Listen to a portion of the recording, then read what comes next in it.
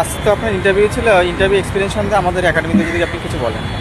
প্রথমে তো গেলাম, তারপরে ডকুমেন্টস ভেরিফিকেশন হলো, তারপরে টেবিলে গিয়ে আবার ডকুমেন্টস ভেরিফাই আর একবার হলো, তারপরে আমার টেবিল নাম্বার 3 ছিল, তো একজন ম্যাম ছিলেন আর দুজন স্যার ছিলেন।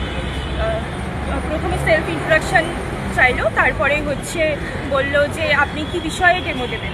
আমি বললাম যে আমি ইংলিশ থেকে দিতে চাই, তো ওনারা বললো যে না, অঙ্ক থেকে দিন। তো বললো যে অঙ্ক থেকে কি পড়াবেন। আমি বললাম ভগ্নাংশ লসাগু পড়াতে পারবো। তো বলছে যে ঠিক আছে, তাহলে তুমি ভগ্নাংশ থেকেই পড়াও। মানে এক প্রকার ওনারাই চুজ করে দিলেন।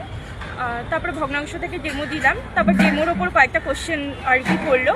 তারপরে আন্তর্জাতিক মাতৃভাষা ডেমোর বিষয়ে যে আমি মানে যে একটা ভাগ করে যে বাই চিহ্নটা থাকে, ওইটা বাইটা কি করে বাচ্চাদের বোঝাবে, এটা জিজ্ঞেস করলাম।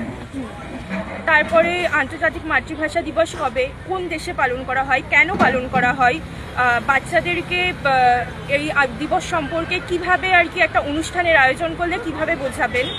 তারপরে বিজ্ঞান সম্পর্কে বাচ্চাদের কিভাবে আর কি সচেতন করবেন। এইটুকুই আপাতত, এইটুকুই মনে পড়ছে। আচ্ছা, এই ভগ্নাংশের যে কোশ্চেনগুলো করেছিল ওখান থেকে কি কোনো প্রকৃত ভগ্নাংশ, মিশ্র ভগ্নাংশ এরকম কিছু? আমি মানে ওই টাইপসগুলোই বুঝিয়েছিলাম আর কি। তো ওনারা ওখান থেকে কিছু বলেনি, শুধু ওই বাই চিহ্নটাই আর কি কিভাবে বোঝাবেন, যে মানে সমান ভাগে যে ভাগ করা। আপনি ওই বাই চিহ্নটা কিভাবে বোঝালেন? আমি ওটা বোঝালাম যে মানে একটা বস্তু বা জিনিস বা খাবার যাই হোক না কেন, আমরা সেটা সমানভাবে আর কি ভাগ করে নিতে পারবো, সেই জন্য আর কি। কারেন্ট অ্যাফেয়ার্স কিছু করেছিল? না না না না, সিচুয়েশন বেশি কোনো কোশ্চেন? না না, এইটুকুই মনে পড়ছে আপাতত আমার। ঠিক আছে। আপনার টেবিল নাম্বার কত ছিল? 3 ছিল।